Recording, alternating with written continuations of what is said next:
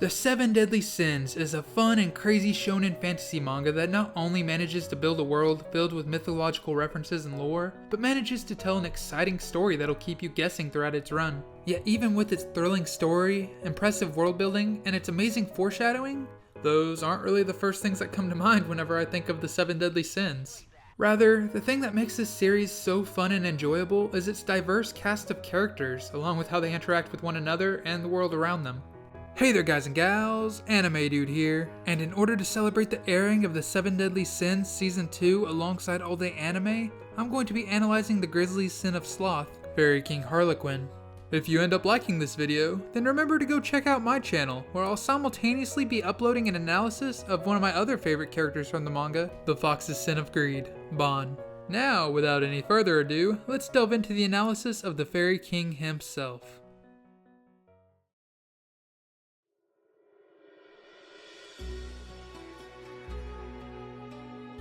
The understanding of other people's cultures and values is pivotal when attempting to understand them as individuals, and I believe this train of thought applies perfectly when attempting to analyze and understand the character known as King. In short, since King is by no means socially incapable when it comes to interacting with others, it can be easy to forget that he grew up among other fairies, and that fairy culture tends to have various differentiations from the values and general logic of humankind. Fairies have always lived naturally for hundreds of years, but humans have always had short lifespans. The fairies live with their entire race, but the humans are divided into countries.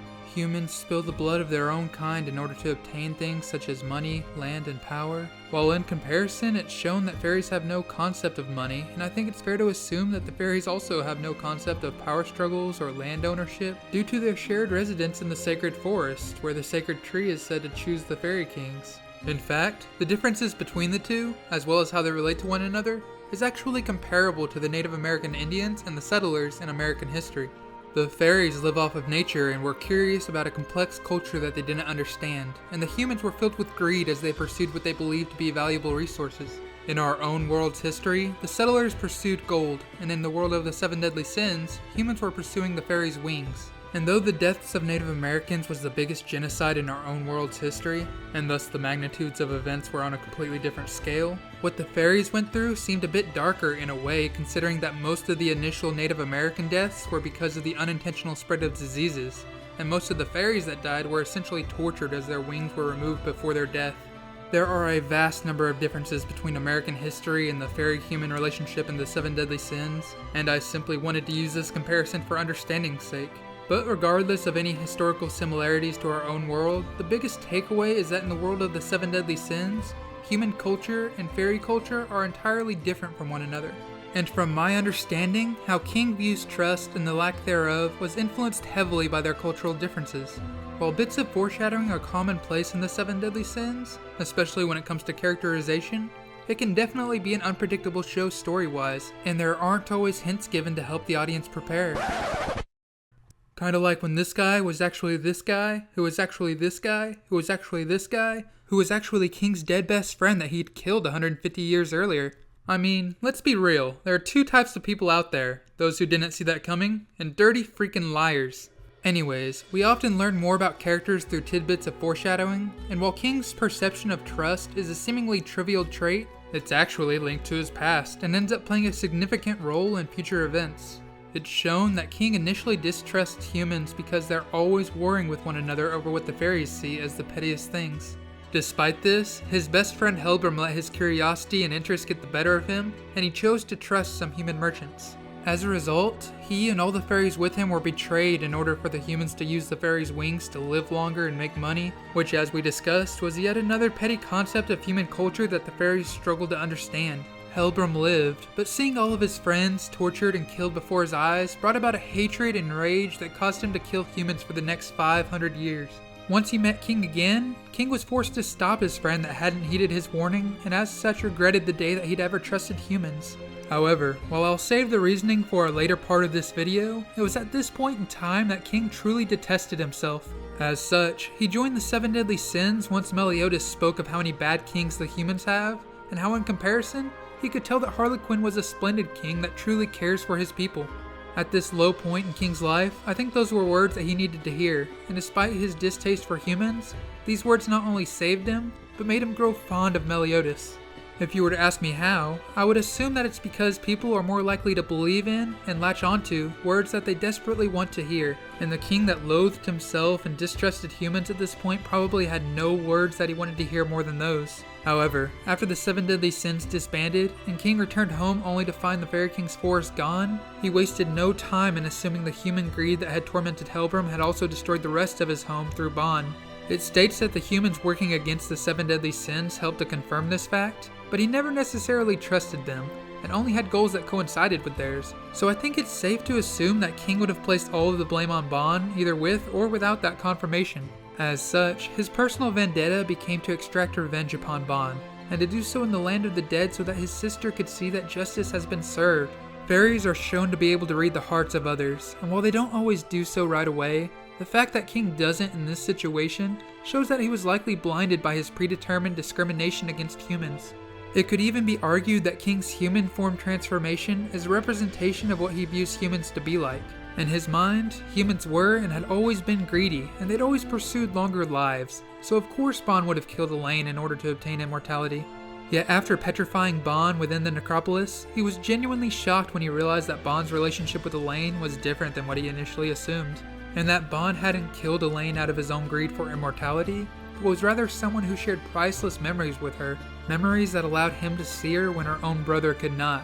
While he still has times when he struggles to trust others, especially those that he can't read, such as Meliodas and Gother, it was through the gradual understanding of what truly happened between Bon and Elaine that King was able to look past his own prejudice against humans and take responsibility for his own sins.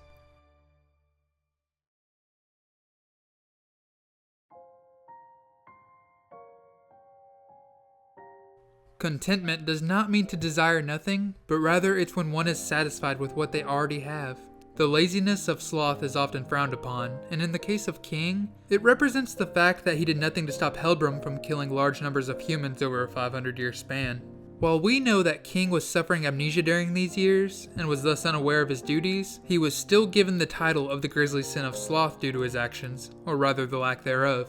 Yet even without considering the crime for which he was sentenced, the sin of sloth is a great fit for the Fairy King, not because of any sort of personal laziness, but rather as a representation of fairies as a whole. We've already discussed multiple cultural distinctions between humans and fairies, as well as how those distinctions impact their respective worldviews. But one aspect that we have yet to discuss is the overall lack of ambition within fairies. They struggle to understand the theory of competition, and don't quite relate to why winning is a good thing, or losing is a bad thing, in competitions that don't matter. This is shown to us during a side story where Helbram attempts to explain the human concept of racing, and in response, King genuinely doesn't understand the point of putting ranks on things. Only the fairy race thinks that way, and even giants have fighting competitions in order to determine their clan leaders. Yet despite how perfectly the sin of sloth appears to suit a fairy who doesn't understand the point of competition, Harlequin can be a hard worker, and it was partially because of the Fairy King's dutiful protection that most fairies became reliant and slothful in the first place. Anyways, fairies represent the sin of sloth, and they have been shown to have a distaste for the sin of greed that they generally relate to humans. But ironically enough, King is shown to possess elements of greed very reminiscent of Bon's, causing us to ponder whether the two are really so different from one another after all. You can see the video I just uploaded over on my channel for more in-depth info on Bon, but in essence, King is greedy in such a way that he wants to protect all of the things that are precious to him. Even though King is probably one of the strongest sins, protecting everything is no easy feat, and those that try often end up protecting nothing instead. This harsh reality causes King to end up hating himself multiple times throughout the series. His inability to protect anybody during his time with amnesia was what ultimately put him into a state of despair and self-loathing. And those feelings of guilt continue to linger in the back of his mind, weighing down his consciousness whenever he begins to doubt himself. One such instance of this was when he realized he was in the wrong for trying to take revenge on Bon. Another example would be when he was late to arrive to Leones and found Diane in a terrible state. King has always been greedy in such a way that he couldn't decide on one specific person or thing that was most important to him. But at the same time, I feel that this video would be incomplete if we didn't talk about his relationship with a specific giantess, one that always has and always will hold a special place in his heart.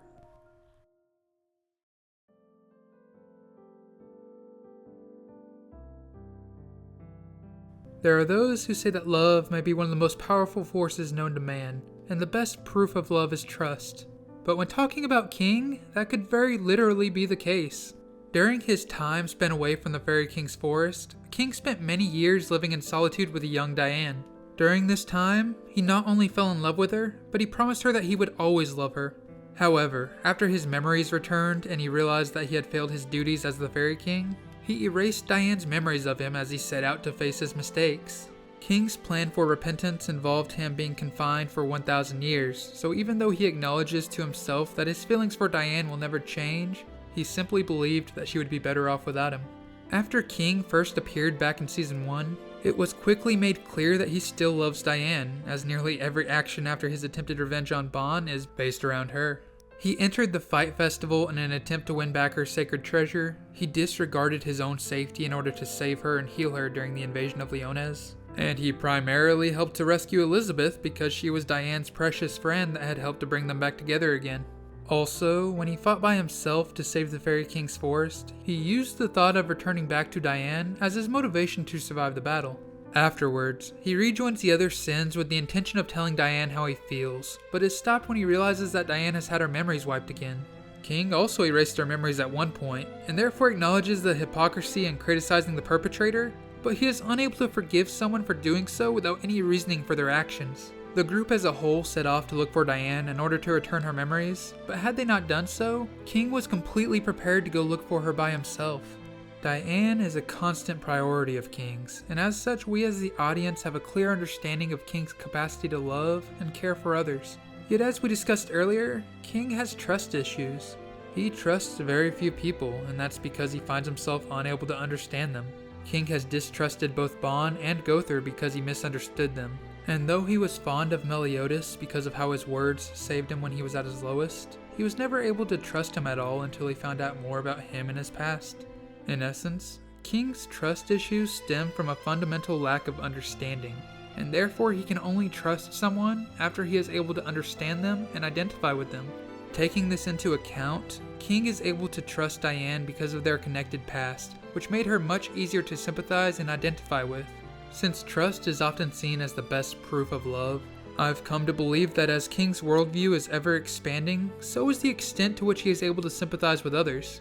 Though there is no definitive proof for what I'm about to say, it was stated that Elaine's love for Bon was what caused her to finally grow her wings. And as such, I think it may have been King's feelings for Diane, as well as her reciprocation of those feelings, that allowed King to begin to sprout his very own wings. While his wings are laughable in size, he is already just as powerful as the first Fairy King, and I believe it's reasonable to assume that while his love for Diane continues to grow, so will his wings and his power level.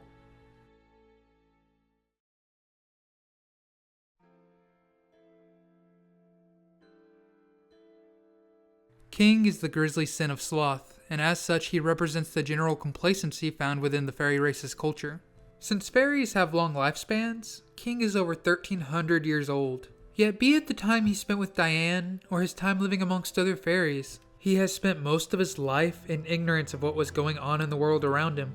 As such, his broadened worldview has helped him to arguably grow, mature, and develop more so than any of the other sins throughout the course of the series thus far. He is cautious of things and people that he doesn't understand, and it's through his increased understanding that he not only deepens his bonds with others, but relates with them in ways that help him to better understand himself. One such example of this is his relationship with Bon. The two of them were initially portrayed as a dynamic duo, but not because they got along. Rather, the two couldn't have seemed any more different, as Bon would always go around making a mess of things, and King would be there to clean up after him. Yet unbeknownst to the two of them, they were actually far more alike than they ever realized. King initially believed all humans to be greedy, and he thought that man's greed had caused Bon to kill Elaine. Yet as we've discussed, he eventually learns that the reality of the situation is very different. As he continuously bears witness to how Bon always acts with Elaine in mind rather than himself, he is soon forced to acknowledge and accept Bon. In doing so, he also acknowledges the concept of individuality, and throughout the series, that concept is beaten into his head again and again. He became suspicious of Meliodas once him and Bon realized he had a connection to the Demon Clan, and though they initially tried to deny it, That suspicion grew into a declaration of distrust once King learned that Meliodas was also connected to the Ten Commandments. I also find it worth mentioning that this little spat began with Meliodas trying to get King to look at things from Hendrickson's point of view, and to understand that he wasn't given much of a choice in regards to his actions. Since King hated Hendrickson for making Helbram suffer, he found himself unable to do so, and instead aimed his animosity at Meliodas. Yet despite his mixed feelings for his captain, he later regrets acting as he did towards him simply because he was a demon, and is reminded by Bon yet again that whether he's a demon or not, Meliodas will always be Meliodas. Even more interesting in this exchange was the emphasis placed on how Diane compared King to Meliodas. We already talked about how King embodies an aspect of greed sorta similar to Bon's, and while I'm sure my video on Bon will provide further evidence of that, I feel like this moment helped to provide some clarity in regards to King's sense of self, along with how that sense of self relates to the people around him. In essence, as the series has progressed, King has become much better at relating to others and trying to see things from their point of view. As a result, he no longer classifies someone as greedy simply because they're of the human clan, or as an enemy simply because they're of the demon clan, but rather he gains the understanding that each and every individual he encounters has their own circumstances they're afflicted by. This new perception of the world and the people around him is what differentiates King from Gloxinia, and allowed him to take a different path during the former Fairy King's trial. King's character arc is one in which isolation and ignorance are converted into acceptance and understanding through both the bonds he builds and the experiences he accumulates throughout the series. During his journey, King learns a lot about both the people and the world around him, and in doing so, he also discovers new things about himself and who he is. He is the grisly sin of sloth. He is...